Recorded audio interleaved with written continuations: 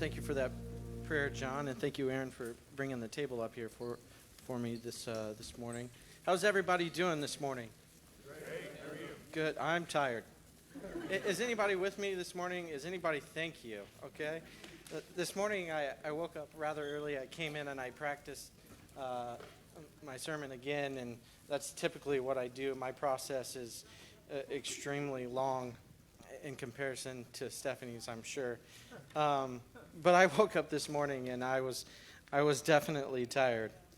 For those of you who may not know, my name is Jeremy Loft. I'm the associate pastor here with the gathering, and I'm glad you're here with us in person, and I'm glad you're here with us online, and we're happy to have you. Our lead pastor Stephanie is on vacation, and I know she's been gone for a couple weeks, but don't worry, next week she'll definitely be back. Good. Thank you. Well, I wanted to take a quick moment to, thank Chris for his sermon last week. I think he crushed it. And I also wanted to thank him, and as well as you, for your appreciation last week for the staff. I know that the staff loves God and loves you and loves this church. And I'm honored to work with them and just appreciate that appreciation that you showed us last week. So thank you for that. So this week we're going to talk about dreaming with God. And we're starting off a new series. And when I first found out that I'll be starting off the new series, I realized, one, this is my second time starting a new series, so Stephanie must really trust me. But I was excited to find out what I'd be talking about, because I was like, wow, this is cool. I have some dreams for the church. Maybe I can share that with you this morning, right? And so I asked Stephanie, I said, hey, Stephanie, what's the scripture that you would like me to focus on? And she told me Genesis 37, which is the story of Joseph and his dreams. And I said, well, maybe this won't be the week where I share my dreams. And so most of you know the story, but if you don't know, you're gonna figure out why that's true. So if you don't mind, let's turn to Genesis chapter 37, and I'm going to start off reading verses 1 through 11. And I'm going to be reading from the NIV this morning.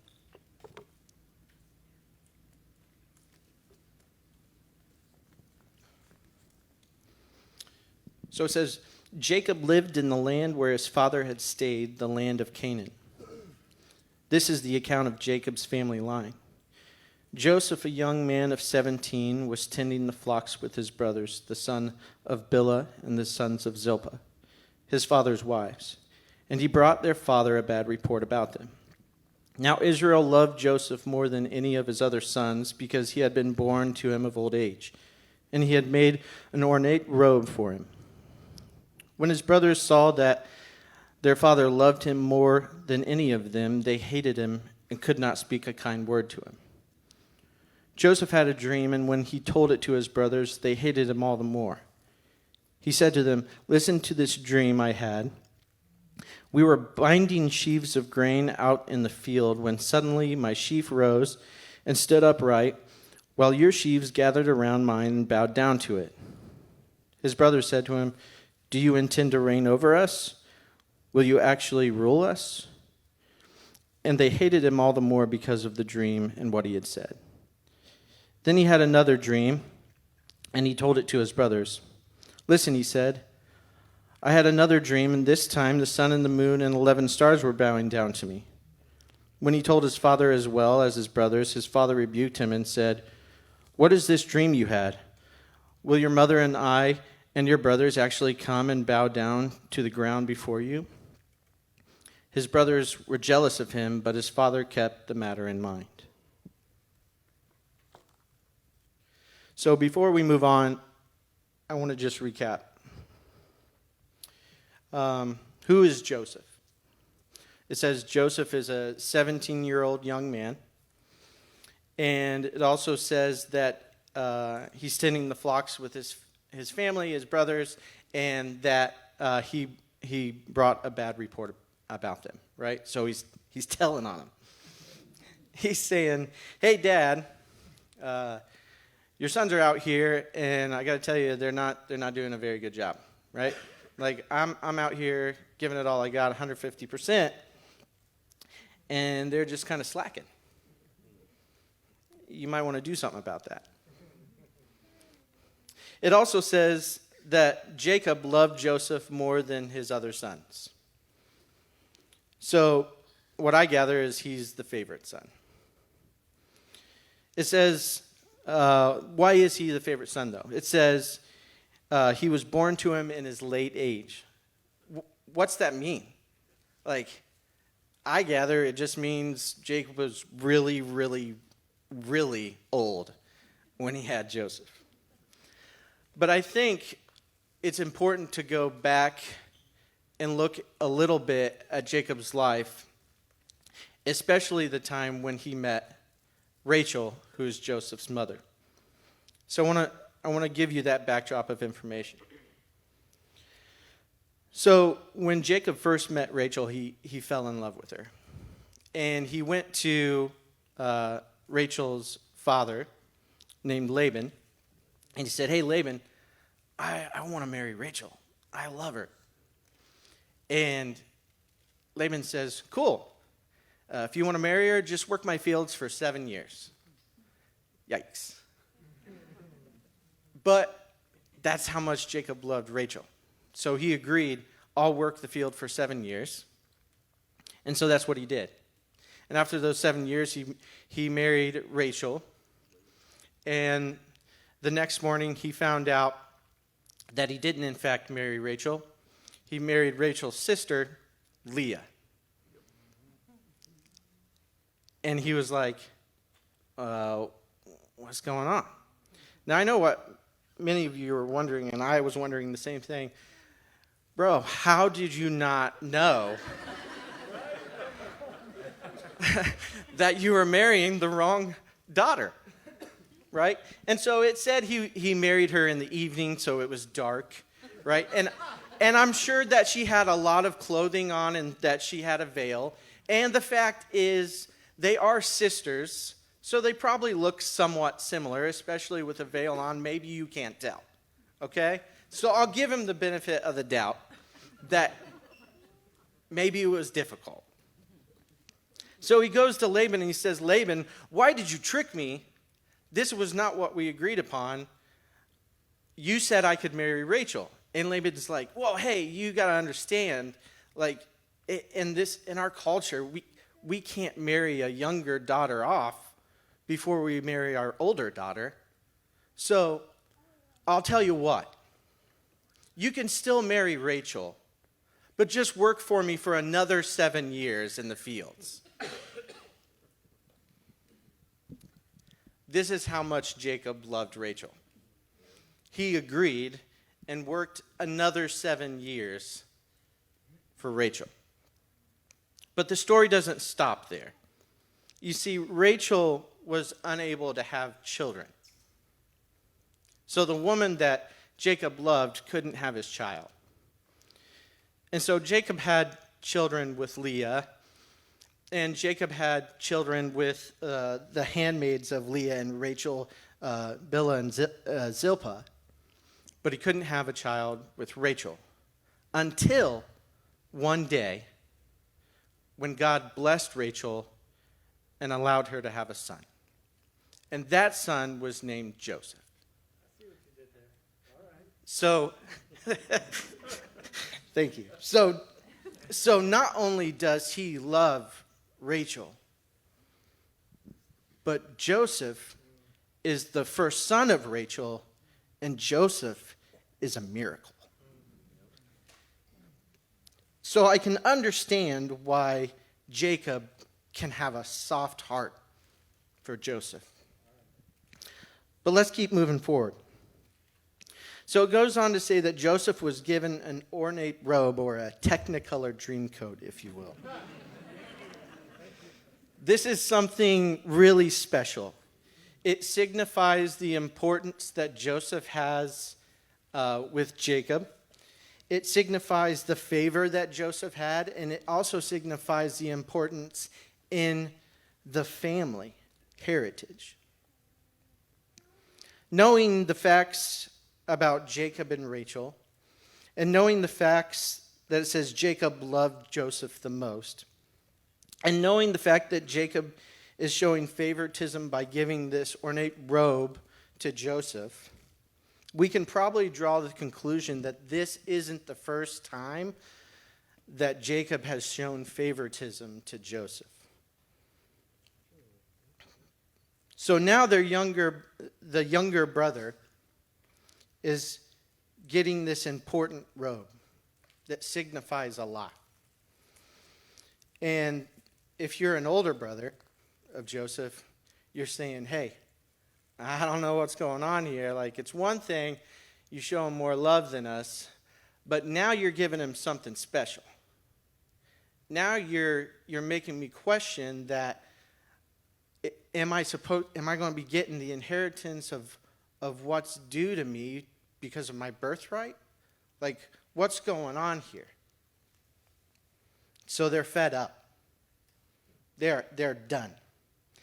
They're saying, hey, this dude always gets his way. He always gets the best stuff now. And Dad loves him more than us. And so they're feeling all the feelings. When I thought about this and examined this, I want us to take a quick second to examine our own lives and how we can see maybe a glimpse of this today in our own families. How many of you are the oldest or an older sibling in a large family? Yes. Okay, good. You raised your hands. I didn't even have to ask you. How many of you that raised your hands feel that your younger siblings or your youngest sibling had an easier road than you?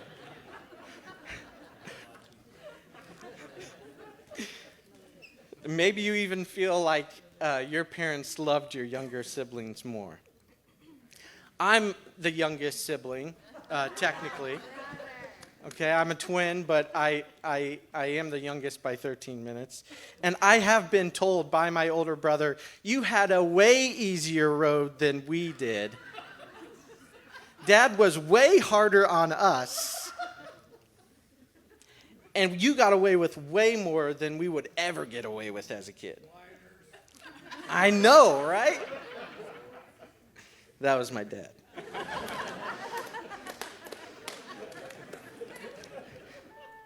Have any of you younger siblings been told that by your older siblings? Yes. What was your reaction to that?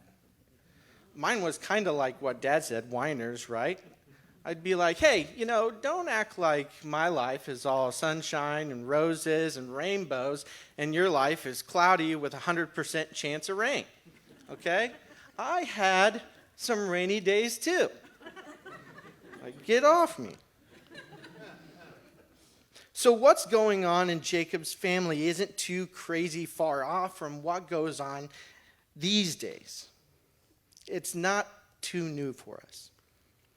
The truth is, typically the younger siblings do get an easier road. And I can say this because, one, I'm a younger sibling, and two, now I'm a dad. Man, every time I talk about my kids, it gets me. Anyhow, I know that as a dad, I've been a lot harder on my oldest son than I have on my younger sons. And it's because with him, I'm learning how to be a dad. I'm learning how to be a dad. When he does something wrong, I get upset. And I'm learning I gotta relax sometimes. I can't have these 16-year-old expectations of a boy on an 8-year-old boy. I'm learning how to be a dad. So yeah, it makes sense that my two younger boys are going to get the best version of me as a dad. So not a whole lot has changed over the years. But let's keep moving on. So Joseph is pretty much hated by his brothers at this point. So what happens next? He shares a dream. God has given him a dream of the future, and it involves his brothers, so he tells them. He says, hey, you're not going to believe this, but I just had this dream that signifies that you guys are going to bow down to me. That's pretty cool, right? And his brothers replied, yeah, you think so? I don't think so, buddy. You think you're going to rule over us? Who do you think you are? You must really want to be down. But he doesn't stop there. He says, I had another dream from God. And this time, he tells his father and brothers, and he says, all of you guys are going to bow down to me. And even his dad says, boy, have you lost your mind? Because I'll help you find it. So that's where we are in the story.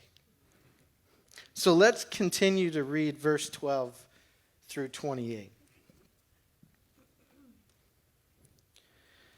Now his brothers had gone to graze their father's flocks near Shechem, and Israel said to Joseph, and Israel is the name that God gave Jacob. And Israel said to Joseph, as you know, your brothers are grazing their flocks near Shechem. Come, I am going to send you to them. Very well, he replied. So he said to him, go and see if all is well with your brothers and with the flocks, and bring word back to me. Then he sent him off from the valley of Hebron. When Joseph arrived at Shechem, a man found him wandering around in the fields and asked him, what are you looking for? He replied, I'm looking for my brothers. Can you tell me where they are grazing their flocks? They have moved on from here, the man answered. I heard them say, let's go to Dothan. So Joseph went after his brothers and found them near Dothan. But they saw him in the distance, and before he reached them, they plotted to kill him. Here comes the dreamer, they said to each other. Come now, let's kill him and throw him into one of these cisterns and say that a ferocious animal devoured him. Then we'll see what comes of his dreams. When Reuben heard this, he tried to rescue him from their hands. Let's not take his life, he said. Don't shed any blood. Throw him into this cistern here in the wilderness, but don't lay a hand on him. Reuben said this to rescue him from them and take him back to his father. So when Joseph came to his brothers, they stripped him of his robe, the ornate robe he was wearing, and they took him and threw him into the cistern. The cistern was empty, and there was no water in it. As they sat down to eat their meal, they looked up and saw a caravan of Ishmaelites coming from Gilead. Their camels were loaded with spices, balm, and myrrh, and they were on their way to take them down to Egypt. Judah said to his brothers, what will we gain if we kill our brother and cover up his blood? Come, let's sell him to the Ishmaelites and not lay our hands on him. After all, he is our brother, our own flesh and blood. And his brothers agreed.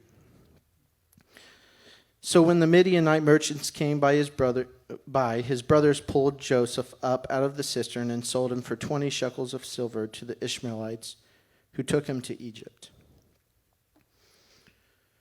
So, we know that Joseph is the favorite. We know that his brothers hate him. We know that Joseph has already told on his brothers and gave a bad report about them. So Jacob decides to send Joseph out to find his brothers working and bring back another report on them. Dude, Jacob, what are you doing? So Joseph goes out to find his brothers, and before he gets to them, his brothers see him coming. And all their anger that's been building and building and building, they plot to kill him.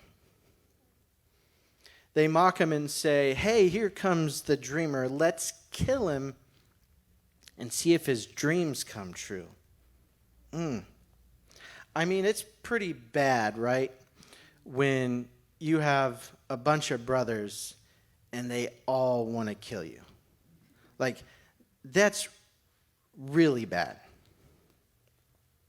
Fortunately, a couple of his brothers had some wits about him, realized, hey, this might not be the best route for us, right? And maybe we shouldn't do this.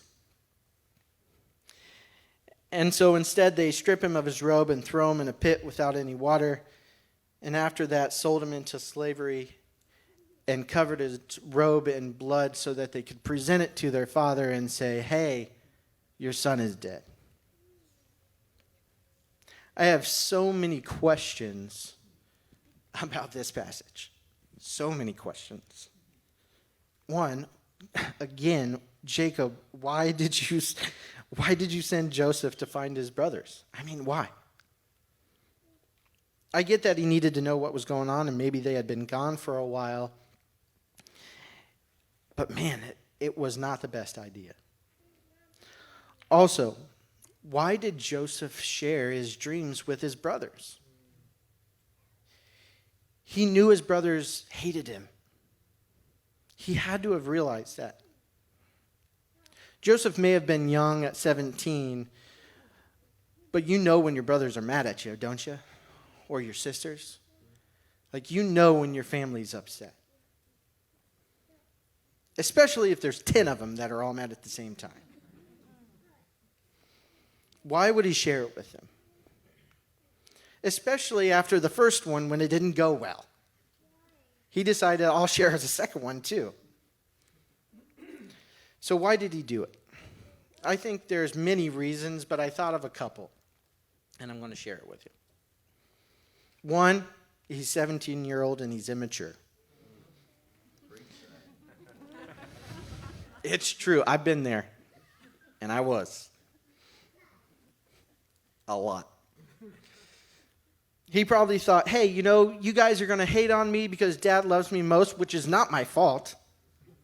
It just happened. I didn't do it. But if you guys are going to hate on me, guess what? One day, you're going to bow down.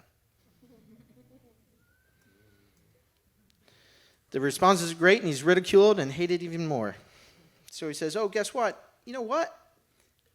Everybody's going to bow down to me. God has shown me, and it's true. You see, Joseph feels like he's on the bottom. His brothers hate him. They don't treat him fairly. And so Joseph thinks that, hey, if I tell him these dreams, it's going to make me feel like I'm going to be on top. Because of this and maybe his immaturity, I imagine he wasn't full of a whole lot of humility when he told his brothers about the dreams. Second, I think Joseph is competing with his brothers. Joseph is in competition, and he's stepping away from that baby brother identity. He's wanting to become more of a man. When I think about this, I'm fortunate as a younger child and a sibling full of brothers to understand a little bit about where maybe Joseph was at. I have a twin brother, and I have two older brothers that are probably 5 or 6 years older than me. Not probably, they are 5 to 6 years older than me. And naturally, growing up, because of their age, they were stronger, faster. They developed, sooner than I did. They were better at athletics. And I couldn't hang with them because of how young I was. They also looked after me when I was younger. At times, my parents evidently thought they were somewhat responsible enough to do that. But they weren't my parents, and I knew that. And so I definitely didn't make it easy on them. And because of that, they definitely didn't parent me well.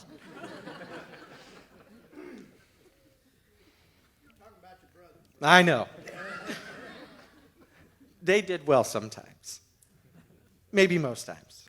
It was mainly my fault, is what I'm saying.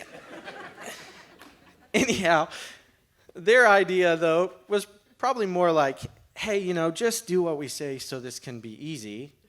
But my thought process was, hey, just let me do what I want to do, and this will be easy. But anyhow, probably around when we were 14, 15 years old, my brothers were maybe entering college or a couple years in college, and they were home for the summer, and we went to a local park. And we decided we were going to play some basketball. And typically, growing up, when we play sports, it was always a twin and an older brother versus a twin and an older brother. Easy split, right? And basically, a twin would switch an older brother depending on what we were playing, just to mix it up a little bit.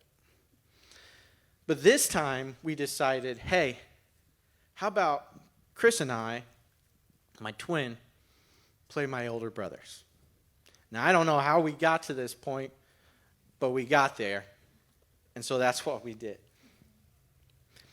And I remember I called my twin brother Chris this week, and I said, hey, man, just correct me if I'm wrong on this story, but this is what I remember. He goes, yeah, I kind of remember that. At first, he didn't know what I was talking about. He's like, yeah, we whooped him. And I was like, okay, good. I was trying to make sure because I'm talking about this in the sermon. He goes, okay, wait a minute. I was just kidding. Tell me a little bit more about the story. And so I did. He goes, okay, yeah, actually, I do kind of remember that. And I said, good. But Chris remembered, actually, when I started talking about the story, he remembered that he had cut his hand, his shooting hand. And he had some wrap on it and some tape. But even though he had that on his hands, he couldn't miss when he was shooting. Everything he threw up, almost everything went in. And so probably due to that reason, we were winning, or at least with them, right? And I remembered in that story that I was near the top of the three-point line, and I had the ball. Shooting's not necessarily my forte, but driving and passing was. And so I started to drive towards the basket, and I got past my brother a little bit, just enough to make my other brother want to come down and help at the rim. And so I get to the rim, and I go up for the layup, and I realize I'm in trouble. Like, I bit off a little more than I can chew, and I'm probably going to get blocked. But I saw out the corner of my eye my brother Chris shifting behind me. And so when I went up with the ball, I brought it back down, and I flicked it behind my back. And my brother caught the pass, and he shot a shot from the free throw line, and he made it. But what happened was that after I made that pass, I got sandwiched by my older brothers. And the glasses I was wearing at the time got knocked off and fell on the ground. And I remember at that time, when my brothers sandwiched me and knocked me down and knocked my glasses off, that I still had expectations of my older brothers to be older brothers and not knock me down. Like, I'm the younger brother. But at the same time, I was like, look what I did.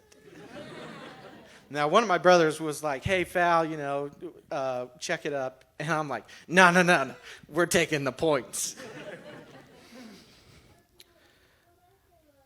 Our age gap at that time was the same.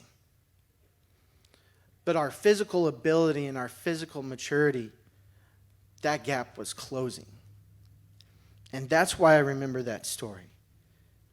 I remember that was the time when we could start to hang with my older brothers. And I think this is where Joseph is at. Joseph is recognizing that the boundaries are changing and now probably competing with his older brothers. He might be competing with them at work, and so he's out tending the flock. Hey, let's go, right? And his older brothers are probably like, hey, let's let this golden child do his thing.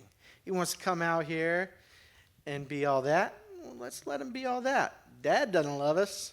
We hardly get a good morning from him when we wake up. It's just, see you later, get moving, right?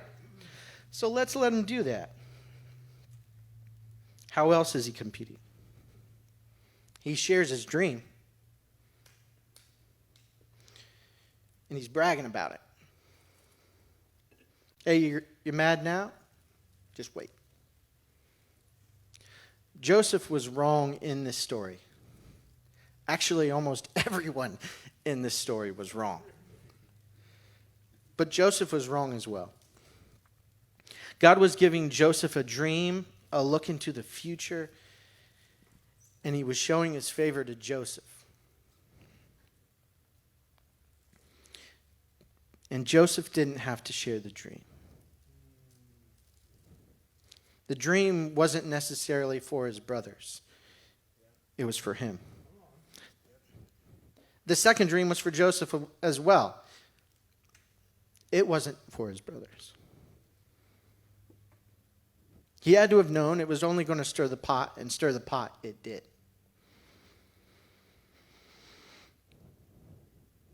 Joseph should have kept his dreams to himself. He should have guarded and protected his dreams. I'm not saying that dreams from God shouldn't ever be shared. If you have a dream and you believe it's okay to share your dreams, if you feel God is leading you to share it. However, I think we should be careful when and who we share our dreams with. So, how do we guard our dreams? I sat with that question for a while, and I came up with some questions that we should ask ourselves before we share. The first question is, have you asked God what the dream is about? Maybe not always my own dreams, but maybe just my own thoughts and my own wonderings. I find myself going to people with a little more wisdom, like my dad or a friend or an elder or somebody that I think can help me out. But I find myself not going to God first. We need to go to God first. And we need to start with asking God about the dream. Ask him what it means. Ask him if you can share it. And listen for the answer. I believe it's probably common that we're going to get dreams that we don't understand. And that's okay. I think God in his timing will allow us to understand what those dreams are. And if he's asking you to hold on to that dream, then guard that dream. Question number 2. If you don't know what it means, but you find God has given you permission for interpretation, ask yourself this question. Are you sharing your dream with someone who can actually interpret your dream? I'm not so sure Joseph needed interpretation. In fact, we find out later in Scripture that Joseph is the one interpreting dreams for other people. It's his interpretation of dreams that allowed God to fulfill the prophecy of the original dreams that he shared with his brother. Question number 3. Are you sharing your dreams with someone who is for you and who loves God? Joseph's brothers probably loved God, but they weren't loving his brother at all. They were jealous, angry, and hated him. I'm sure Joseph knew they were angry and jealous. You know that bond that you have with your best friend? Maybe it's your spouse, or maybe it's someone that you've been friends with for years that's earned that trust and respect. I'm talking about the person that is going to go to bat for you when times get tough. Maybe it's an elder or a lead pastor that you know who will protect your dream with you. Maybe it's your father or your mother or a brother or a sister that loves you and cares for you. Maybe it's our ministry team who will be down here during this next song and available for you in prayer. These are the types of people that you should probably share your dreams with.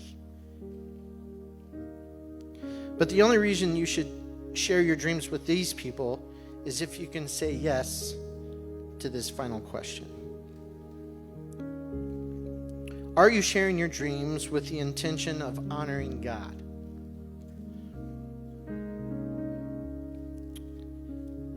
It's my feeling that Joseph wasn't honoring the dreams that God had given him. In fact, it was the exact opposite. He was at least careless and reckless with his dreams. And at worst, he used those dreams as a weapon against his brothers. We don't know what would have happened if Joseph hadn't have shared his dreams with his brothers, or what would have happened if maybe he just shared them with his mom or just his dad. But we know what happened when he did share his dreams with his brothers. For those of you who may not know, we go on to learn that Joseph found favor with an Egyptian officer who was over him. But he had even more trials after that. He ended up in prison. And in prison, he shared an interpretation of dreams. And he told that person, hey, please share what has happened here so that I can get out of jail, because I don't belong here. And that person said, sure, I'll do that for you. But he didn't. It wasn't until later that Pharaoh had dreams and needed interpretation that guy remembered, oh yeah, Joseph, that guy in prison, he's the one that interpreted my dreams. Let's go talk with him. Joseph had a lot of hard times after sharing his dreams. But God still used Joseph. God didn't forget him. And thankfully, Joseph stayed faithful to God. I'll tell you what, not only is this a good story of how we should honor God by guarding our dreams, but this is a good story about how God still has plans for us. Even though we're broken, even though we stumble, even though we make mistakes, God is still faithful to us, and God was faithful to Joseph. Let's pray. God, we thank you that even though we aren't perfect, and at times we are careless and reckless, that you have a plan for us. A plan that is good and righteous. It doesn't matter how many times we stumble. It doesn't matter how long it takes us to get there. What matters is that when we're ready, and if we're faithful, you're right there to fulfill that plan. And you will never fail us. Thank you for giving us dreams.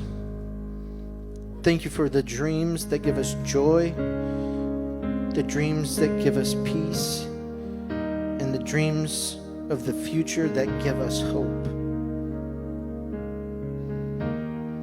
God, I ask you for the wisdom in protecting and honoring those dreams.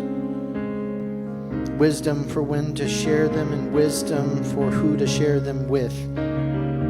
Because you are worthy of our honor.